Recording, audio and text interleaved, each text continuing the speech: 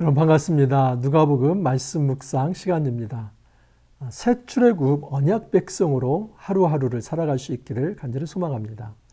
예수님께서 드디어 십자가를 향해서 뚜벅뚜벅 한 걸음 한 걸음 발걸음을 내디디십니다.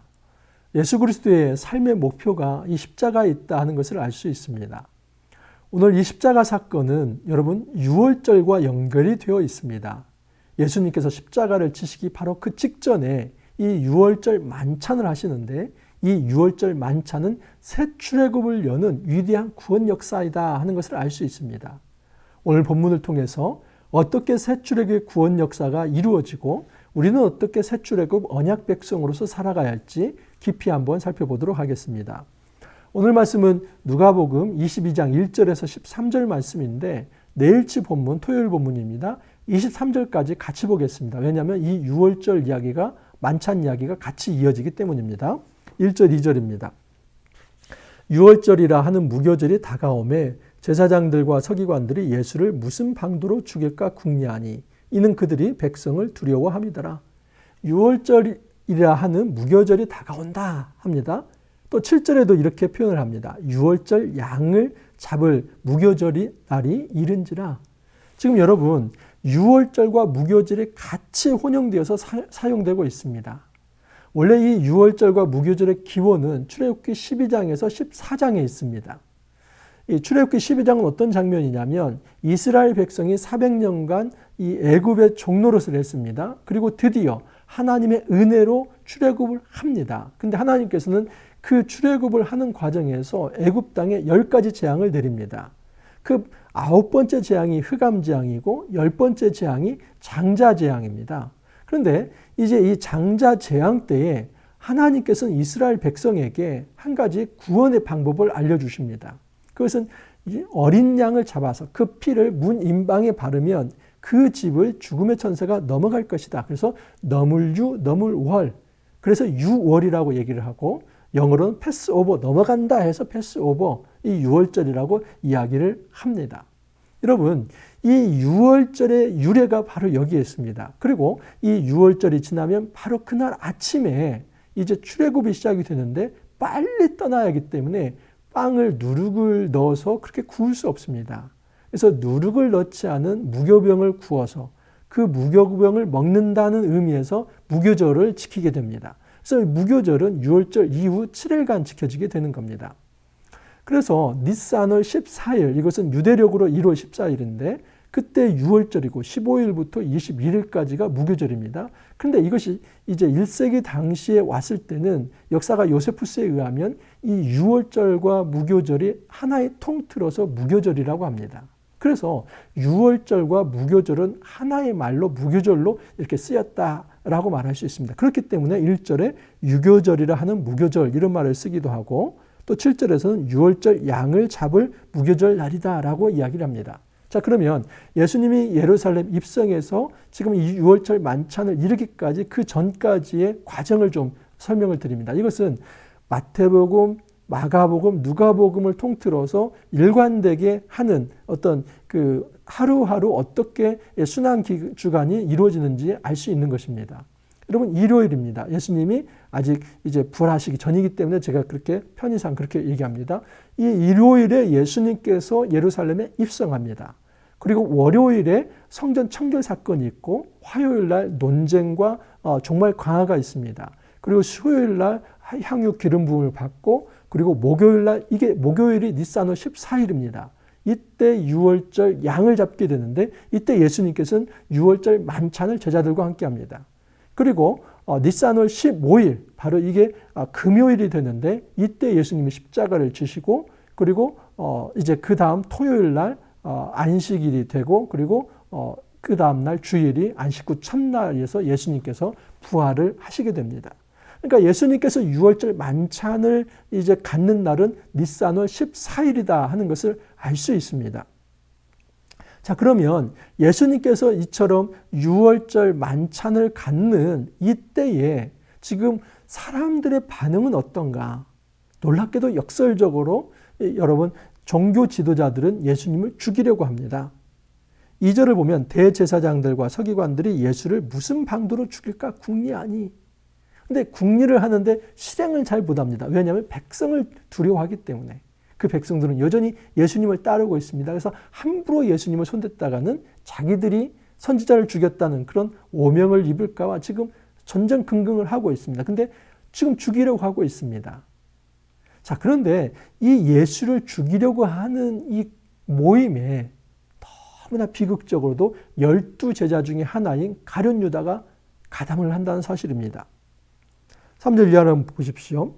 12 중에 하나인 가룟딘이라 부르는 유다에게 사탄이 들어가니 이에 유다가 대제사장들과 성전 경비대장들에게 가서 예수를 넘겨줄 방도를 의논하매 그들이 기뻐하여 돈을 주기로 언약하는지라 유다가 허락하고 예수를 무리가 없을 때에 넘겨줄 기회를 찾더라.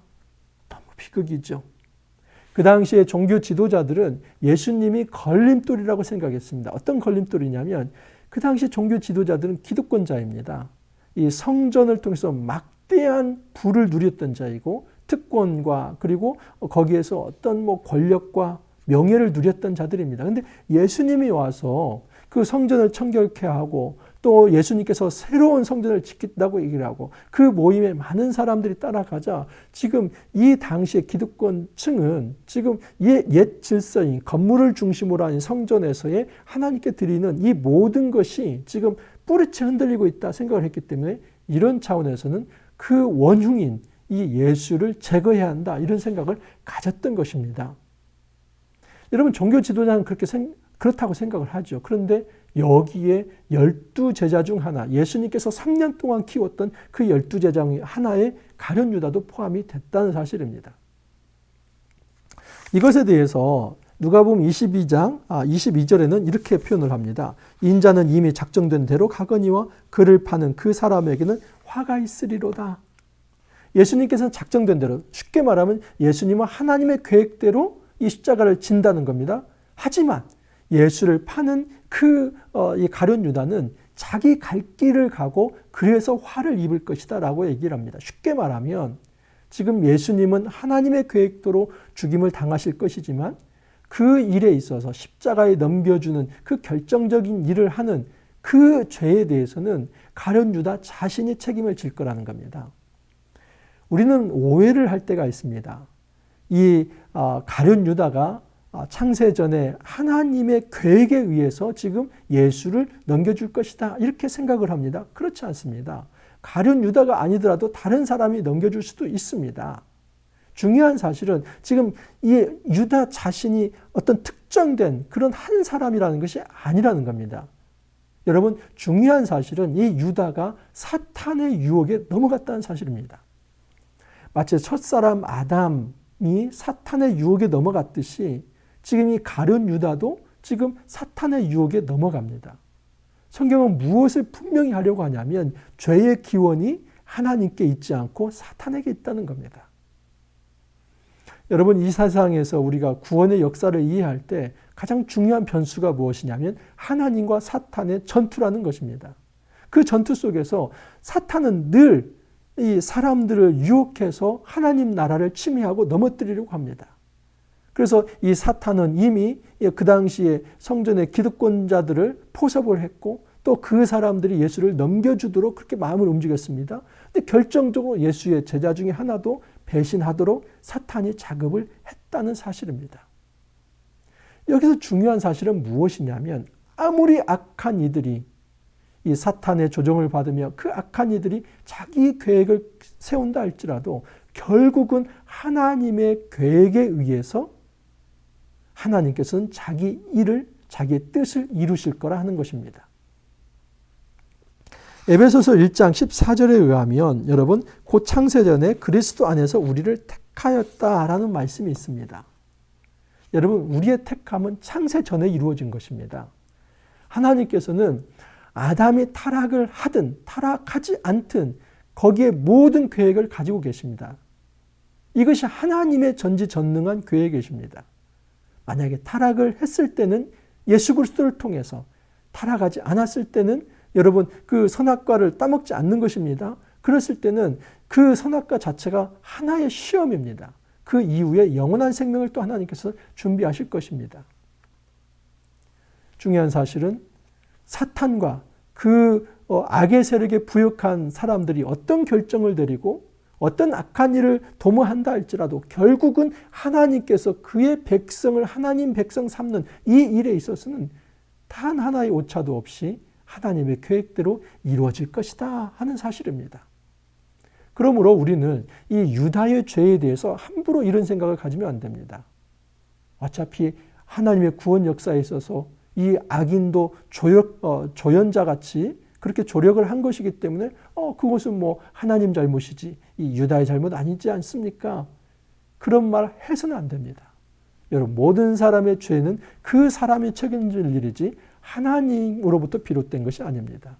죄의 기원은 사단에게 있지 하나님에게 있지 않습니다. 자, 여러분 이 유월절이 왜 중요한지 한 가지만 더 말씀을 드리겠습니다. 그것은 누가복음 9장 31절에 이런 말씀이 있습니다.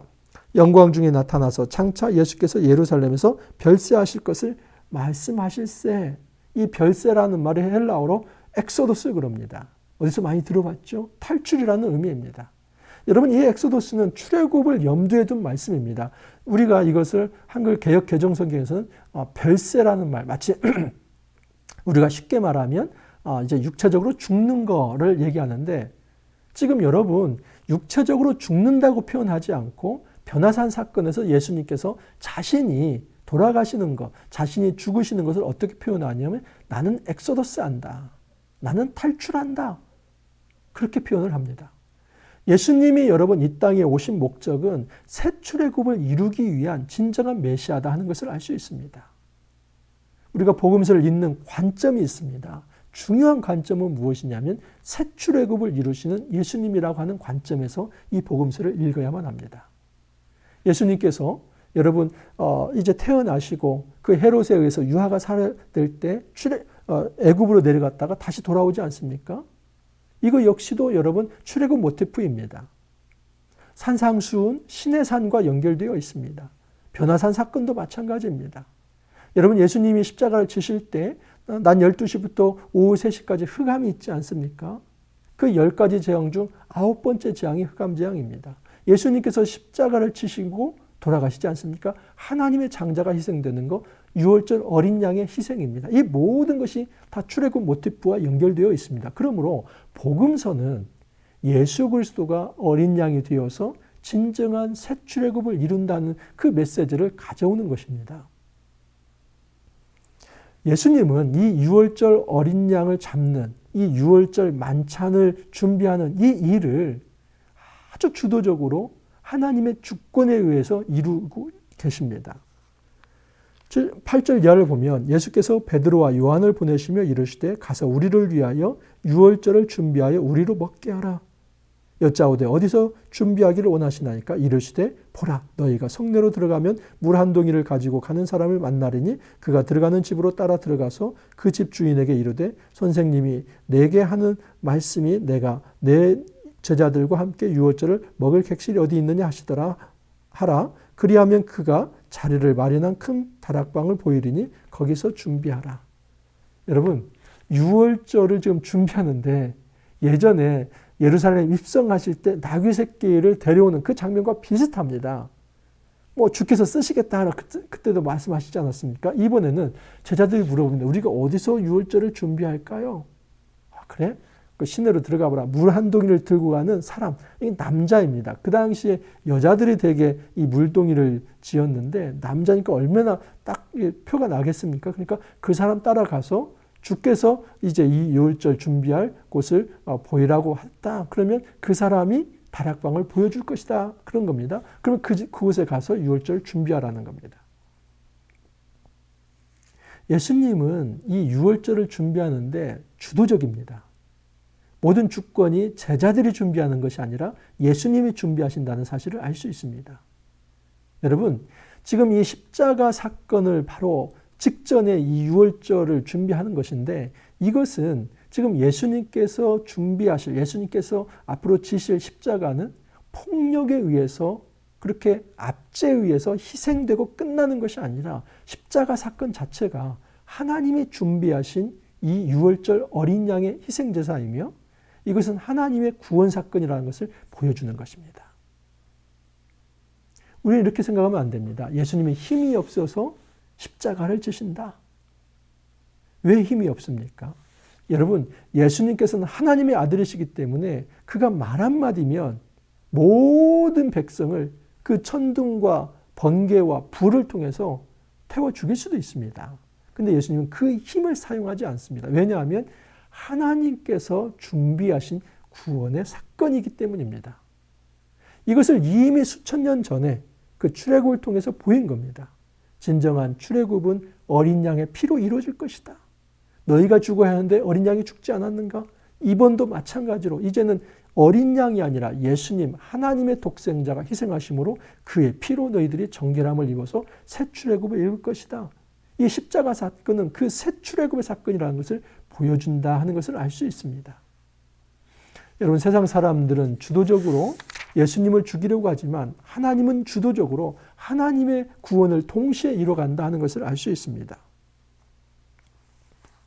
예수님께서 14절에 이렇게 말씀합니다. 때가 이르매 예수께서 사도들과 함께 앉으사 이르시되 내가 고난을 받기 전에 너희와 함께 이 유월절 먹기를 원하고 원하였노라. 이 유월절 토파스카 하는, 여러분 이 토파스카는, 이 파스카는 유월절 식사를 이렇게 표현합니다. 유월절을 이야기도 하지만 유월절 식사를 이렇게 이야기하기도 하고 또 유월절 어린 양을 파스카라고 이야기를 하기도 합니다. 유월절 먹기를 원하고 원하였다. 이 말은 유월절 식사를 먹기를 원하고 원하였다라고 이야기를 합니다. 근데 한 가지 특이점이 있습니다. 여러분, 이 유월절 식사는 그 주 메인 메뉴가 뭡니까? 유월절 어린 양입니다. 사실 이 니산월 14일에 이 유월절 어린 양을 잡고 15일 날, 그 다음 날 저녁에 이 유월절 식사를 합니다. 근데 지금 지금 예수님께서는 그 전날에 유월절 만찬을 하루 전에 지금 하시는 겁니다. 근데 핵심은 뭐냐면, 특징은 뭐냐면 예수님이 양을 잡지 않고 유월절 만찬을 진행하신다는 사실입니다. 예수님은 포도주와 떡을 돌리십니다. 왜 그럴까요? 예수님이 설명을 하시는 겁니다. 19절 이하를 보면 또 떡을 가져 감사 기도하시고 떼어 그들에게 주시며 이르시되 이것은 너희를 위하여 주는 내 몸이라. 너희가 이를 행하여 나를 기념하라 하시고 저녁 먹은 후에도 잔도 그와 같이 하여 이르시되 이 잔은 내 피로 세우는 새 언약이니 곧 너희를 위하여 붓는 것이라. 새 언약이라는 말을 씁니다. 뉴 커비넌트, 새 언약. 여러분, 이 새 언약은 예레미야 31장 31절에 33절에 이미 기록되어 있습니다. 내가 이스라엘 집과 유다 집에 새 언약을 맺으리라 합니다. 내가 나의 법을 그들의 속에 두며 마음에 기록한다고 합니다. 새 언약의 핵심은 은혜입니다. 더 이상 돌비가 아니라 마음에 기록함으로써 다시 변치 않을 완전한 영원한 언약이 되게 할 것이라는 겁니다. 나는 그들의 하나님이 되고 그들은 내 백성이 될 것이다. 이게 새 언약입니다. 여러분, 예레미야가 예언했던 이 새 언약은 예수 그리스도의 몸과 예수 그리스도의 피를 통해서 이루어지는 겁니다. 어린 양의 피가 아니라 이 어떤 그 생축의 어린 양이 아니라 예수님이 유월절 어린 양이 되셔서 그 새 언약을 이루시는 겁니다. 그렇기 때문에 그 유월절 만찬에 어린 양을 잡지 않았던 것입니다. 왜냐하면 예수님의 몸으로 이루는 반찬이기 때문입니다. 떡을 돌리면서 이것은 내 살이다. 잔을 돌리면서 이것은 내 피다. 여러분, 제자들에게 잔과 떡을 돌리면서 결국은 예수님이 자기의 십자가 사건을 이렇게 미리 말씀을 하신 겁니다. 내가 지금 내일 지게 될 이 십자가 사건은 유월절 어린 양의 만찬의 구원 사건이 될 것이다. 나를 통해서 이 어린 양의 피, 어린 양의 살, 이 나를 통해서만 진정한 새 출애굽 하나님 나라가 이루어질 것이다. 그래서 예수님께서는 이런 말씀을 합니다. 내가 너에게 이르노니 이 유월절이 하나님 나라에서 이루기까지 다시 먹지 아니하리라. 또요, 하나님의 나라가 임할 때까지 포도나무에서 난 것을 다시 먹지 아니하리라. 예수님께서 무슨 얘기하냐면 이 유월절 어린 양 또 이 포도주를 내가 하나님 나라가 임할 때까지 다시 먹지 않겠다. 이 이야기는 예수님의 십자가 사건이 유월절 어린 양 사건이 되기 때문에 이 일은 단번에 한 번에 끝난다는 사실입니다. 나중에 한번 여러분 찾아보십시오. 히브리서 7장 27절, 9장 12절, 26절, 9장 28절, 10장 10절에 보면 단번이라는 얘기가 계속 등장합니다. 단번에 들이심으로 우리가 거룩함을 입었다. 단번에 예수 그리스도가 자기 자신을 들이심으로 우리가 정결함, 깨끗함을 입었다. 속죄함을 입었다. 이런 내용이 계속 반복이 됩니다. 단번. 십자가 사건은 두 번이 될 수 없습니다. 십자가 사건. 오직 영원하고 한 번 그 사건을 통해서 하나님 나라가 이루어진다는 겁니다. 이미 사실은 하나님 나라가 시작이 되었고 이제 재림 때에 그 하나님 나라가 다시 완성될 때까지 이 십자가 사건은 영원히 또 필요한 게 아니다 하는 것입니다. 예수님께서 예루살렘을 향해서 뚜벅뚜벅 한 걸음 한 걸음 나아가시는데 그 목표점은 십자가입니다. 여러분, 우리가 누가복음을 정말 길게 묵상했습니다. 근데 그 목표점이 바로 이 유월절에 있다는 것을 알 수 있습니다. 구약에서 이스라엘 백성이 그 400년의 종노릇으로부터 해방되는데 그 유월절 어린 양을 먹고 그 다음에 출애굽을 했던 것처럼 이제는 새 시대에 어떤 생축의 어린 양이 아니라 예수님 자신이 유월절 어린 양이 되어서 예수님을 믿는 모든 자에게 새로운 해방과 새로운 하늘 백성이 되는 축복을 주시겠다. 그렇게 약속을 하신 것입니다. 여러분, 우리가 새 출애굽 언약 백성으로 살아가길 바랍니다. 예수 그리스도가 우리의 진정한 어린 양이 되셨습니다. 예수님의 십자가를 묵상하는 그런 시간들이 되길 바랍니다. 이제 내일 모레 여러분 고난주일입니다. 그리고 월요일부터 고난주간이 시작이 됩니다. 다음 주에는 저희 교회에서 이제 이 고난주간 경건회가 있는데 그 고난주간 경건회를 또 여러분들에게 녹화해서 보내드리도록 하겠습니다. 여러분, 이 고난주간 이 말씀을 기억하면서 십자가의 의미를 기억하면서 깊이 하나님 앞에 엎드리는 그런 경건한 시간이 되기를 바랍니다. 유월절 어린 양 되신 예수 그리스도가 없었다면, 그 십자가 사건이 없다면 우리에게 새 출애굽은 없고 구원도 없습니다. 이것을 깊이 묵상하면서 우리가 새 출애굽 언약 백성으로 이제는 하나님 앞에 감사하며 하나님 앞에 영광을 돌리며 주님을 위해서 헌신하는 그런 그리스도의 제자로 잘 세워질 수 있기를 간절히 소망합니다. 그렇게 기도합니다. 주님 감사합니다. 예수 그리스도의 그 유월절 어린 양의 깊은 의미, 새 출애굽의 사건이라는 것을 알게 하여 주시니 감사합니다. 예수님의 자기 희생이 없었다면, 어린 양으로서의 피 흘림이 없었다면 우리에게 구원도 없습니다. 주님, 저희들이 이 십자가를 깊이 묵상하면서 늘 하나님의 은혜에 감사하면서 정말 하늘 백성으로서 더욱 경건하고 거룩하게 살아갈 수 있도록 주님 축복하여 주옵소서. 감사하고 예수님 이름으로 기도하옵나이다. 아멘. 여러분, 이번 한 주도 훌쩍 지나갔습니다. 우리가 월요일부터 이제 고난 주간이 시작이 되는데 또 다음 한 주 고난 주간 말씀 묵상 잘하고 4월 4일이 부활절입니다. 우리가 이 코로나 시대에 얼마나 힘듭니까? 정말 이 부활절을 계기로 우리의 모든 것이 이제 하나님의 생명과 평화로 가득 채워질 수 있기를 간절히 소망합니다. 그러한 일정 속에서 계속 말씀 묵상 해나가길 바랍니다. 다음 주 월요일 날 다시 찾아뵙도록 하겠습니다. 감사합니다.